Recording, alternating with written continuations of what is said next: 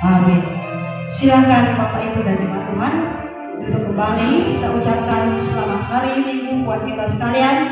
Selamat hari Minggu baik kita yang ada di rumah Tuhan ini maupun sidang jemaat Tuhan dan saudara sekalian yang sedang beribadah di rumah masing-masing. Baik Bapak Ibu dan saudara yang dikasih dalam Tuhan, mari kita akan bersama-sama pada hari ini dan pada minggu ini kita akan bersama-sama membuka bagian firman Tuhan. Kita belajar bagian firman Tuhan dari kitab Peratapan. Kitab Peratapan pasal yang ketiga, ayat yang pertama sampai dengan ayat yang ke-25. Kitab Peratapan pasal yang ketiga, ayat yang pertama sampai dengan ayat yang ke-25. Saya akan membacakan beberapa ayat dari beberapa bagian ini. Terlebih dahulu saya membacakan ayat yang pertama. Demikian firman Tuhan. Akulah orang yang melihat sengsara disebabkan cambuk murkanya. Ia menghalau dan membawa aku ke dalam kegelapan yang tidak ada terangnya. Ayat 15. Ia mengenyangkan aku dengan kepahitan, memberi aku minum ibu. Ia meremukkan gigi-gigiku dengan memberi aku makan kerikil. Ia menekan aku ke dalam debu. Engkau menceraikan nyawaku dari kesejahteraan. Aku lupa akan kebahagiaan. Sangkaku hilang, lenyaplah kemakmuranku dan harapanku kepada Tuhan. Ingatlah akan sengsaraku dan pengembaraanku, akan ibu dan racun itu. Jiwaku selalu teringat akan hal itu dan tertekan dalam diriku. Tetapi hal-hal inilah yang kuperhatikan. Oleh sebab itu aku akan berharap. Tak berkesudahan kasih setia Tuhan, tak habis-habisnya rahmatnya, selalu baru tiap pagi. Besar kesetiaan Tuhan adalah bagianku, kata jiwaku. Oleh sebab itu aku berharap kepadanya. Tuhan adalah baik bagi orang yang berharap kepadanya, bagi jiwa yang mencari Dia. Sekian jauh pembacaan firman Tuhan kita. Bapak Ibu dan jemaat Tuhan yang dikasih dalam Kristus, pada pagi hari ini, pada minggu ini saya akan memberikan tema kecil buat kita. Di dalam ketidakpastian ada pengharapan. Di dalam ketidakpastian ada pengharapan. Jemaat Tuhan yang dikasih dalam Kristus, saat ini ada begitu banyak orang bertanya. Ada begitu banyak orang bertanya kepada dirinya, bertanya kepada sesamanya, bahkan bertanya kepada Tuhan. Kapan virus corona ini berakhir? Kapan saya bisa beraktivitas kembali dengan normal? Bagi anak-anak yang sekolah dan kuliah, kapan saya bisa kembali bersekolah maupun kuliah kembali dan bertemu dengan guru, dosen dan teman-teman? Ada lagi pertanyaan, kapan pekerjaan saya normal kembali? Kapan situasi kantor saya normal kembali? Kapan situasi toko saya normal kembali? Mengapa virus ini bisa terjadi? Seolah-olah menghentikan semua aktivitas kehidupan manusia. Ada begitu banyak pertanyaan. Mengapa Tuhan izinkan hal ini terjadi? Sehingga membatasi gerak dan aktivitas kita hari lepas hari. Bapak Ibu dan saudaraku dikasih dalam Tuhan, ada banyak pertanyaan. Mengapa virus ini sampai membawa kematian? Sehingga membuat ada begitu banyak manusia diikat, dicengkram oleh kekhawatiran, ketakutan yang begitu besar. Dan ada begitu banyak masyarakat yang mengalami kehilangan keluarganya, kehilangan pekerjaan. Sampai kapan hal ini terjadi? Tidak ada seorang pun yang bisa menjawab dengan pasti. Sekalipun kita hanya bisa menjawab kira-kira awal Juli sudah bisa normal kembali. Tapi ini belumlah jawaban yang pasti. Yang bisa memberikan jawaban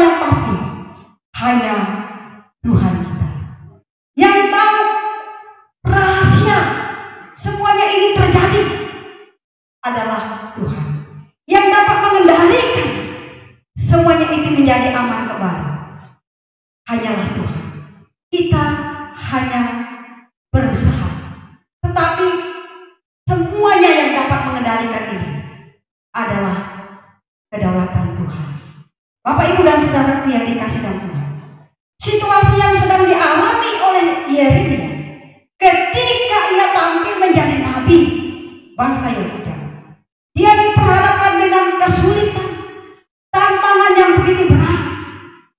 Secara manusia, dalam penilaian secara manusia, secara kuantitas, pelayanan Yeremia boleh dikatakan gagal. Karena firman yang ia sampaikan tidak didengar. Firman yang ia sampaikan, perkataan Tuhan yang ia sampaikan kepada umat Tuhan tidak diindahkan oleh umat Tuhan. Namun Alkitab mencatat bahwa Yeremia salah satu yang disebut sebagai nabi besar dalam Alkitab. Di hadapan manusia pelayanan Yeremia gagal. Tetapi di hadapan Tuhan, Yeremia seorang nabi Tuhan, seorang hamba Tuhan yang berhasil. Dan tetap terus ia menyuarakan isi hati Tuhan kepada umat Tuhan. Bapak, Ibu, dan saudaraku yang dikasih dalam Tuhan, dalam mengalami pergumulan yang berat ini, baik Yeremia harus menghadapinya pergumulan secara pribadi yang dia alami. Orang Israel tidak mengindahkan apa yang ia sampaikan, maupun pergumulannya bersama dengan umat Tuhan, umat Yehuda pada waktu itu, di mana bangsa Yehuda sedang diperhadapkan dengan pergumulan yang begitu berat, dengan kepahitan yang begitu berat, sehingga Yeremia menangis siang dan malam, menyaksikan murka Tuhan terhadap dirinya maupun terhadap bangsanya. Sekalipun Yeremia tidak melakukan kesalahan, tetapi sebagai bagian dari rakyat yang ia merasa murka Tuhan juga dia rasakan. Bapak, Ibu, dan saudaraku dikasih dalam Tuhan, apa yang diperbuat oleh Yeremia ketika ia mengalami keterpurukan, sehingga kita melihat dalam kitab ratapan ini, Yeremia mengungkapkan isi hatinya dengan kata-kata puisi yang begitu indah. Ketika kita membacanya, jiwa kita pun terhayat, bisa menghayati, bisa merasakan ketertekanan batin hati Yeremia melihat keadaan bangsa yang sedang hancur. Apa saja yang hancur pada saat itu, Bapak, Ibu, dan saudara sekalian, baik dari segi kerohanian bangsanya maupun apa yang menjadi kebanggaan bangsa Yehuda pada waktu itu, semuanya menjadi hilang. Apa yang menjadi kebanggaan mereka? Yerusalem merupakan kebanggaan mereka. Yerusalem merupakan kebanggaan mereka, tetapi sudah menjadi hilang. Tanah perjanjian merupakan kebanggaan mereka, tetapi sudah menjadi hilang dan lenyap. Bait suci merupakan kebanggaan mereka, tetapi sekarang tinggal puing-puingnya yang ada. Sehingga segala sesuatu yang menjadi kebanggaan bangsa Israel atau bangsa Yehuda semua ludes. Dalam keadaan yang demikian, apakah Yeremia tetap terus terharu dengan kesedihan? Bapak, Ibu, dan saudara sekalian, kita melihat Yeremia berusaha mengatasi situasi yang sedang terjadi. Di tengah situasi yang sulit, ia kembali merenung apa yang harus dia perbuat, apa yang harus dia lakukan, apa yang harus dia pikirkan. Yeremia mengambil keputusan untuk menghentikan dari keadaan merata.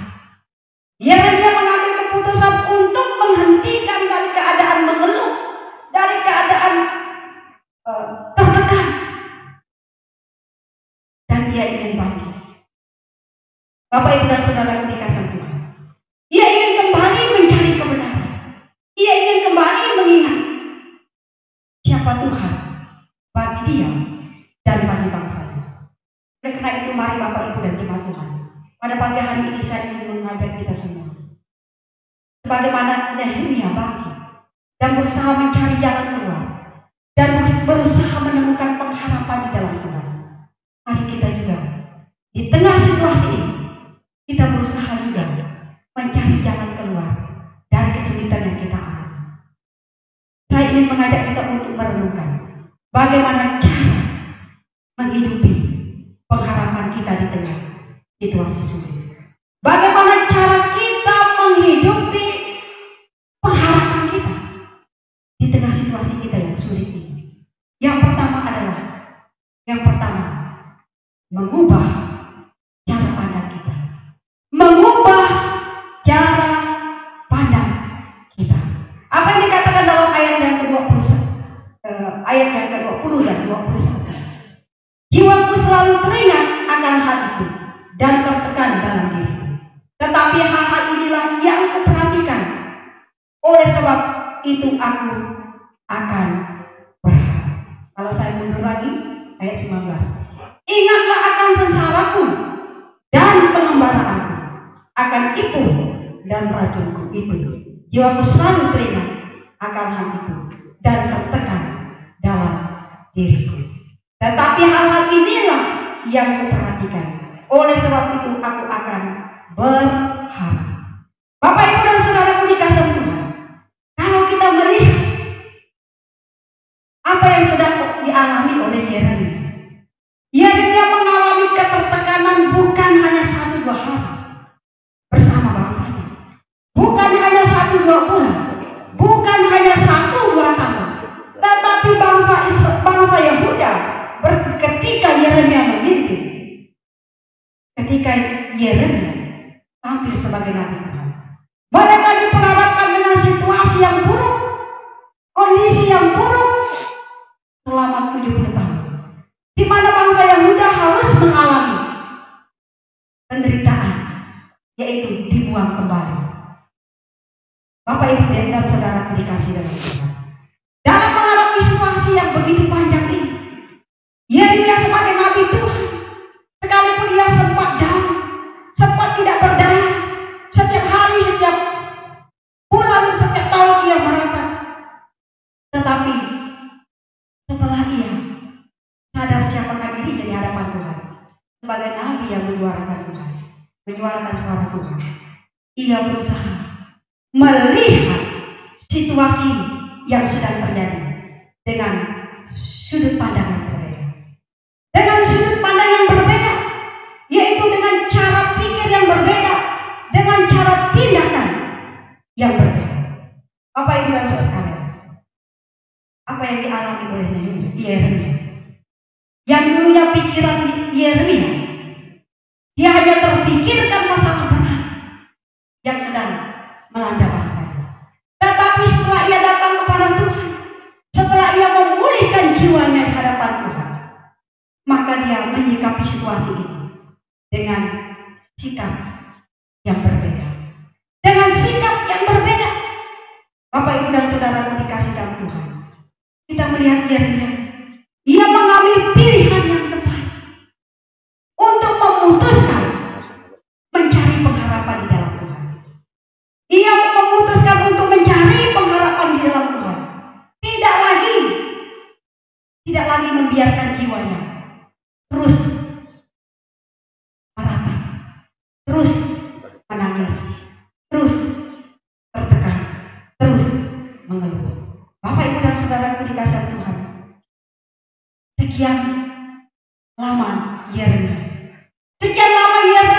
meninggalkan pikiran yang benar, hubungan yang sehat di hadapan Tuhan, karena tidak mampu melewati situasi yang sulit yang sedang dia alami.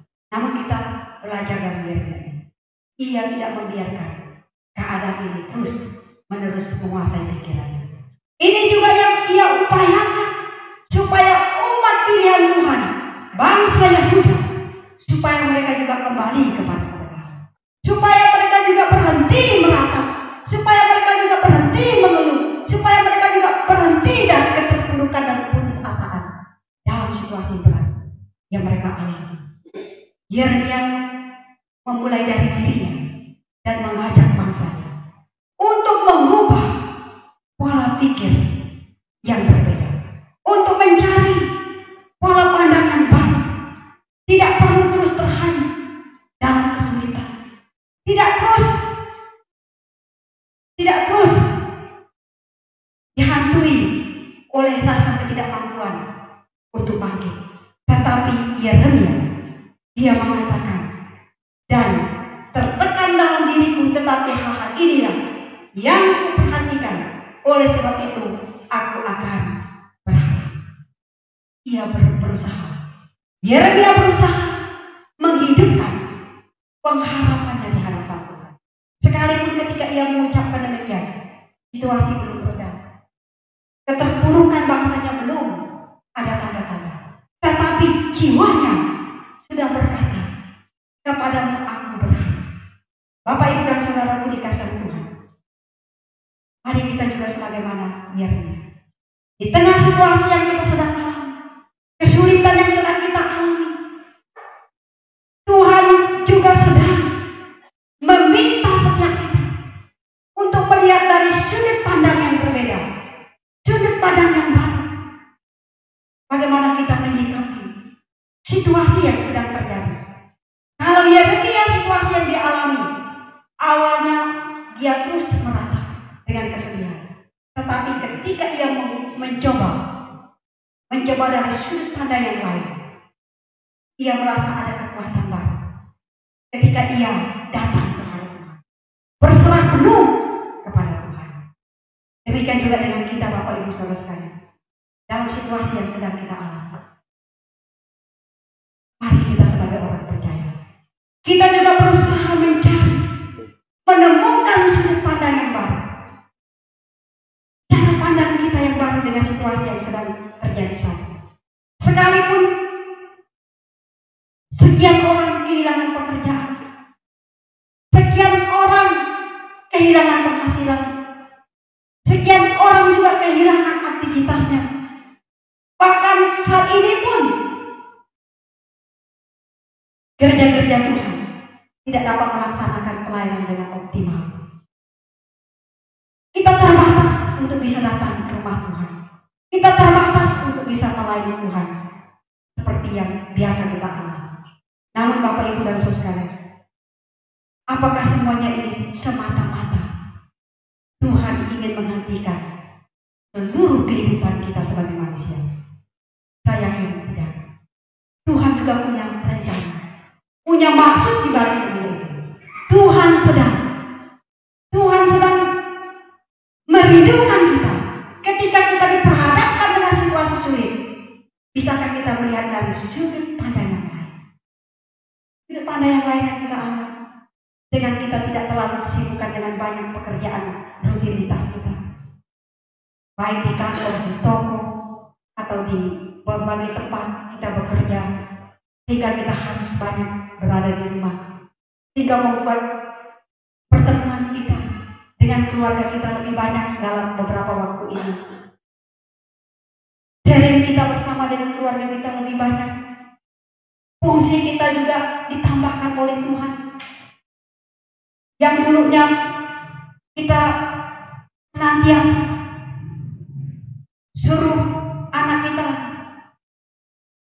sekolah supaya guru bisa mengajar dengan baik. Setelah pulang sekolah, kita titipkan lagi anak kita untuk les. Tetapi dengan situasi ini, kita diingatkan oleh Tuhan. Fungsi kita juga sebagai orang tua adalah sebagai pengajar, pendidik, dan guru bagi anak-anak kita. Bapak, Ibu, dan saudara dikasih dalam Tuhan, yang dulunya mungkin kita tidak pernah sempat merenovasi rumah kita, membersihkan perkarangan rumah kita. Sekarang kita punya waktu yang cukup untuk membersihkan, untuk melakukan pekerjaan apa yang mau kita kerjakan sekian tahun ini. Tapi oleh karena pekerjaan yang begitu banyak, tidak kesampaian untuk kita mengerjakan apa yang mau kita kerjakan di perkarangan rumah kita, di sekitar rumah kita. Yang dulunya mungkin kita sebagai bapak-bapak ingin banyak anak dan istri kita. Sekarang kita punya banyak waktu. Yang dulunya mungkin ibu-ibu karir tidak punya banyak waktu untuk bersama anaknya, tidak punya banyak waktu untuk membuat makanan buat anaknya maupun roti buat anaknya. Sekarang punya kesempatan yang banyak untuk kita melakukan apa yang menjadi keinginan yang selama ini kita simpan dalam hati kita. Dan masih banyak lagi sudut pandang yang lain. Hari Minggu yang lalu saya bertemu dengan salah seorang jemaat kita yang bekerja di rumah sakit. Saya tanya, apakah tiap hari kerja di sana? Dia katakan tiap hari. Hanya syukurnya saat ini pasien tidak terlalu banyak di rumah sakit. Mungkin orang berusaha menjaga kesehatannya sehingga tidak terlalu banyak orang rawat inap di rumah sakit. Ada begitu banyak hal baru yang terjadi ketika kita melihat segala situasi terjadi dengan sudut pandang yang baru, yang seperti yang Tuhan kehendaki. Yang kedua, Bapak Ibu Saudara sekalian, bagaimana cara kita menghidupi pengharapan kita. Yang kedua, cara kita menghidupi pengharapan kita di tengah situasi sulit, yaitu kita mengingat kebaikan Allah dalam kehidupan kita. Kita mengingat kebaikan Allah dalam seluruh. Kita menghidupi pengharapan kita di tengah situasi yang sulit. Mari kita mengingat kebaikan Allah, kebaikan Tuhan yang tidak pernah berhenti dalam hidup kita. Sehingga dikatakan selalu baru, tak habis-habisnya rahmatnya. Selalu baru setiap pagi, besar kesetiaan. Ini berbicara tentang kasih Tuhan yang tidak pernah berhenti mengasihi kita, walaupun cara Tuhan mengasihi kita, mendidik kita tidak selalu dengan cara yang seperti yang kita mau. Dikatakan di sana, tak berkesudahan kasih setia Tuhan, kasih setia Tuhan. Lalu di sana dikatakan tak habis-habisnya, apa yang tak habis-habisnya, rahmatnya. Lalu dikatakan lagi, selalu baru setiap pagi, besar kesetiaannya. Baik itu kasih setia Tuhan, rahmat Tuhan, kesetiaan Tuhan, semuanya itu berbicara tentang kasih Tuhan yang permanen, kebaikan Tuhan yang permanen dalam sepanjang kehidupan umat Tuhan, bangsa Yehuda. Itulah sebabnya Yeremia berkata, tak berkesudahan kasih setia Tuhan, tak habis-habisnya rahmatnya, selalu baru setiap hari, besar kesetiaannya atau kesetiaan Tuhan. Bapak Ibu dan Saudara sekalian, ada 3 kata yang diungkapkan oleh Yeremia. Tidak ada alasan lagi untuk meratap, tidak ada alasan lagi untuk merasa Tuhan tidak peduli dalam perjalanan hidup dia bersama bangsanya. Ketika ia datang kepada Tuhan, ia melihat bahwa kasih setia Tuhan tidak pernah berkesudahan. Berbicara tentang kasih setia Tuhan adalah berbicara tentang perjanjian Tuhan kepada umatnya tidak pernah dibatalkan oleh Tuhan. Sekalipun cara Tuhan mendidik umatnya terkadang tidak mampu dipahami, ditangkap oleh umat Tuhan dan termasuk kita semua. Tak habis-habisnya rahmatnya. Ini berbicara tentang bahwa rahmat Tuhan, kebaikan Tuhan, kemudahan Tuhan yang tidak pernah melihat dosa kita untuk Tuhan tetap mengasihi. Sekalipun kita jatuh bangun di dalam dosa, rahmat Tuhan senantiasa mengasihi kita dan mengampuni kita. Selalu baru setiap pagi, besar kesetiaannya. Berbicara tentang bahwa kesetiaan Tuhan tidak pernah dibatasi oleh waktu. Sekalipun kesetiaan kita di hadapan Tuhan sering ditentukan oleh keadaan dan situasi. Bapak Ibu dan Saudaraku dikasih dalam Tuhan, inilah yang menguatkan Yeremia. Ia melihat kasih setia Tuhan yang tidak pernah habis-habisnya. Ia melihat rahmat Tuhan yang tidak pernah habis-habisnya. Ia melihat kesetiaan Tuhan yang terus mengalir sepanjang kehidupannya. Bapak Ibu dan Saudaraku dikasih dalam Tuhan, bagaimana dengan kita juga? Sanggupkah kita juga berkata seperti Yeremia, bahwa kasih setia Tuhan, rahmat Tuhan, kesetiaan Tuhan tidak pernah meninggalkan kita, sekalipun Tuhan punya cara sewaktu-waktu untuk mendidik kita, untuk memukul kita supaya kita sadar kalau kita sedang berjalan pada jalan yang Tuhan tidak kehendaki. Bapak, Ibu, dan saudara dikasihi Tuhan, bagaimana dengan kita? Dikatakan bahwa tak berkesudah kasih setia Tuhan, tak habis-habisnya rahmatnya, tidak pernah berhenti kasih setia Tuhan, rahmat Tuhan tidak pernah berhenti, tidak pernah dihalangi oleh apapun. Ini yang Tuhan berikan kepada setiap umatnya dan kepada kita semua. Dikatakan juga selalu baru, selain terus menerus ada, selalu baru kesetiaan yang Tuhan berikan. Bapak, Ibu, dan saudaraku yang dikasihi Tuhan, setiap hari Tuhan menunjukkan kasih setianya. Setiap hari Tuhan membuktikan pemeliharaan kepada setiap kita, sehingga kita dapat melewati hari demi hari, bulan demi bulan, tahun demi tahun dalam kehidupan kita. Bapak, Ibu, dan saudara dikasihi Tuhan, adakah kita merasa kebaikan Tuhan, kemurahan Tuhan senantiasa selalu ada kita alami? Adakah kita merasa semangat baru yang Tuhan berikan selalu ada untuk kita alami, untuk kita mampu melewati hari lepas hari? Bapak, Ibu, dan saudara dikasihi Tuhan, kesadaran kita akan kebaikan Allah yang tidak pernah meninggalkan kita sesungguhnya, sekalipun dengan cara terkadang Allah menegur kita dengan caranya Tuhan. Namun ketika kita sadar, berusaha mengingat kembali kebaikan Tuhan, inilah yang menjadi pengharapan kita, inilah yang menjadi penghiburan setiap kita melewati hari-hari yang sulit, melewati hari-hari yang tidak ada kepastian dalam situasi sulit yang sedang kita alami. Bapak, Ibu, dan saudara dikasihi Tuhan, setiap hari Tuhan menyediakan yang baik buat kita. Setiap hari Dia menyediakan yang terbaik, yang baik. Dan bahkan setiap hari juga Dia menyediakan hal yang baru, pengalaman yang baru, berkat yang baru bagi setiap kita. Sebagai contoh misalnya Bapak, Ibu, saudara sekalian, seorang ibu yang rajin, dia selalu menyiapkan masakan, selalu menyiapkan masakan buat keluarganya. Pagi-pagi dia sudah menyiapkan. Sekalipun dia rajin setiap hari menyiapkan makanan atau masakan, tetapi kalau setiap hari menunya itu terus, saya rasa akan membuat kejenuhan.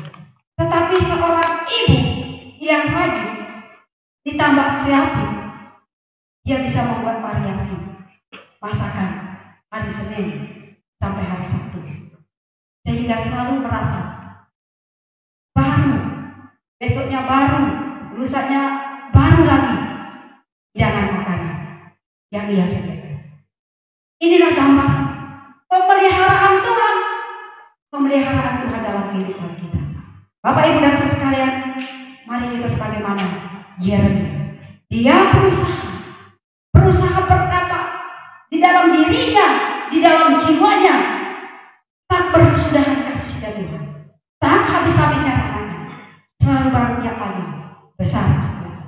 Pertolongan Tuhan tidak pernah berhenti, cara Tuhan menolong kita tidak pernah berhenti, sehingga dikatakan selalu baru. Cara Tuhan memelihara kita tidak pernah kurang, selalu Tuhan menjadikan cara yang baru sesuai dengan situasi yang kita sedang alami. Yang berikutnya Bapak, Ibu, saudara sekalian, bagaimana cara kita menghidupi pengharapan kita di tengah situasi yang sulit. Yang ketiga adalah, yaitu jadikan Tuhan bagian hidup kita. Jadikan Tuhan menjadi bagian hidup kita. Apa dikatakan dalam ayat 24? Tuhan adalah bagianku, kata jiwaku. Oleh sebab itu aku berharap kepadanya. Tuhan adalah bagianku. Tuhan adalah bagianku, kata jiwaku. Kata jiwaku. Oleh sebab itu aku berharap kepada-Nya. Bapak Ibu dan Saudaraku dikasih dalam Tuhan. Ketika mengalami situasi buruk, ketika mengalami situasi yang begitu sulit, maka Yeremia bangkit. Ia berkata, Tuhan adalah bagianku, kata jiwaku. Oleh karena itu aku berharap. Bapak Ibu dan Saudara sekalian, ketika Yeremia mengucapkan kata ini, berbicara kepada dirinya sendiri dan jiwanya sendiri, Yeremia betul mengalami segala sesuatu tidak ada yang dimiliki oleh dirinya maupun oleh bangsanya. Apa yang sudah menjadi kebanggaan dirinya, apa yang sudah menjadi kebanggaan bangsanya, semuanya ludes. Tidak ada lagi. Tidak ada lagi. Yerusalem yang menjadi kebanggaan umatnya sudah ludes. Tanah perjanjian yang menjadi kebanggaan umatnya sudah lenyap. Bait Allah yang menjadi kebanggaan umatnya, tempat pertemuan umat Tuhan, juga tinggal puing-puingnya. Walaupun dibuat dengan susah payah, dibuat dengan bahan-bahan yang mahal, ahli-ahli yang mahir dalam bangunan, semua yang menjadi kebanggaan umat Tuhan pada waktu itu, semua habis dan lenyap. Ini membuktikan apa yang kita banggakan di dalam dunia ini. Tidak ada yang kekal, tidak ada yang abadi. Jika Tuhan sudah berkehendak untuk mendidik, mengajar kita, atau mengangkat kita kepada yang level yang lebih tinggi, maka Tuhan ambil. Itu yang Tuhan ambil dari bangsa Yahudi. Apa yang mereka sombongkan, apa yang mereka banggakan, itu yang diambil oleh Tuhan. Bapak Ibu dan Saudaraku dikasih Tuhan. Ketika Yeremia berkata demikian, betapa sedihnya dia sebelumnya. Tetapi setelah ia menyadari semuanya ini adalah sementara, namun ia masih melihat apa yang bisa menjadi bagian yang lebih berharga. Sekalipun semuanya sudah habis, bait Allah sudah habis, tanah perjanjian sudah habis, Yerusalem sudah habis, tetapi yang tidak pernah habis dalam dirinya, yang menjadi bagian adalah Tuhan. Adalah Tuhan. Bapak Ibu dan Saudara sekalian, dalam situasi yang sedang kita alami di dunia saat ini, hampir semua dunia, bahkan di negara kita, mungkin pekerjaan kita sudah menjadi hilang, atau penghasilan kita sudah menjadi menurun drastis demikian, atau relasi kita sudah menjadi banyak yang putus. Namun Bapak Ibu dan Saudara sekalian, sekalipun segala sesuatu yang terlihat oleh kacamata kita di dunia ini sudah menjadi hilang, termasuk kesehatan kita, bahkan keluarga-keluarga yang ditinggalkan oleh kena COVID ini, juga mereka kehilangan keluarganya. Sekalipun banyak yang hilang saat ini, termasuk keadaan ekonomi negara yang tidak stabil, namun yang menghibur kita, Tuhan menjadi bagian kita. Masih ada Tuhan yang menjadi bagian kita. Yang sangat menyedihkan kalau segala sesuatunya sudah hilang, Tuhan juga sudah hilang dalam dirinya. Inilah yang menjadi kesedihan yang dalam. Tetapi yang menghibur dan menjadi pengharapan kita, walaupun segala sesuatu Tuhan ambil dari kita, kenyamanan kita Tuhan ambil dari kita, aktivitas kita diambil oleh Tuhan, pekerjaan kita diambil oleh Tuhan, untuk Tuhan menyadarkan kita dalam situasi yang seperti ini. Bapak Ibu dan Saudara, yang penting Tuhan masih menjadi bagian hidup kita. Tuhan masih menjadi bagian hidup kita. Jauh lebih berharga memiliki dan dimiliki oleh Tuhan. Jauh lebih berharga kita dimiliki dan memiliki Tuhan. dibanding memiliki dan dimiliki di luar Tuhan. Raja Daud pernah berkata, sekalipun dagingku dan hatiku habis lenyap, gunung batuku dan bagianku, tetap Allah selama-lamanya. Tetap Allah selama-lamanya. Dalam Mazmur 73 ayat 26. Apa Ibu sekalian, ini ungkapan Raja Daud ketika dia melihat segala sesuatu yang tidak ada harapannya juga, tetapi ia menjadikan Allah bagian hidupnya. Mari kita juga menjadikan Tuhan menjadi bagian hidup kita. Dalam situasi apapun, tetaplah kita menjadikan Tuhan menjadi bagian hidup kita. Sekalipun banyak yang sudah hilang, seperti saya katakan tadi, pekerjaan kita sudah mulai hilang, penghasilan kita sudah mulai hilang. Apa yang mau kita rencanakan untuk kita kerjakan dalam waktu-waktu yang sudah kita setting dari awal tahun, tidak bisa terlaksana. Namun Bapak Ibu Saudara sekalian, yang penting Tuhan tetap menjadi bagian kita. Walaupun kita sudah berapa minggu ini tidak ada dalam rumah Tuhan, hanya bisa mengikuti ibadah di rumah kita masing-masing. Yang menjadi penghiburan kita, yang penting hubungan kita dengan Tuhan tidak pernah hilang. Penyembahan kita di hadapan Tuhan tidak pernah hilang. Kedekatan kita dengan Tuhan tidak pernah hilang. Bapak Ibu dan Saudara sekalian, mungkin banyak hal lagi yang hilang dan saat ini kita alami dalam kehidupan kita hari lepas hari. Mungkin kedekatan kita satu dengan yang lain sudah merasa jauh, sudah keakraban sudah merasa hilang. Mungkin dalam kehidupan kita hari lepas hari tidak menutup kemungkinan dalam beberapa bulan ini menjadi hilang. Mungkin bagi bapak-bapak atau yang laki-laki, ya, dalam beberapa bulan ini yang biasa setiap bulan potong rambut, mungkin ada juga yang rambutnya menjadi panjang karena hilang penampilan yang biasa rambut pendek karena keterbatasan keadaan. Demikian juga mungkin bagi kaum wanita atau bagi yang setengah lansia atau setengah tua, rambut hitam kita sudah mulai banyak hilang karena kita tidak berani pergi untuk mewarnai rambut kita. Bapak Ibu dan Saudara sekalian, semua itu adalah hal yang kecil yang tidak pernah boleh hilang dari kita adalah Tuhan kita sendiri. Kiranya Bapak Ibu Saudara sekalian, mari kita tetap memiliki pengharapan dengan Tuhan. Bagaimana kita menghidupi pengharapan kita? Kita menghidupi pengharapan kita. Kita mengubah atau memiliki cara pandang kita yang berbeda, cara pandang yang baru.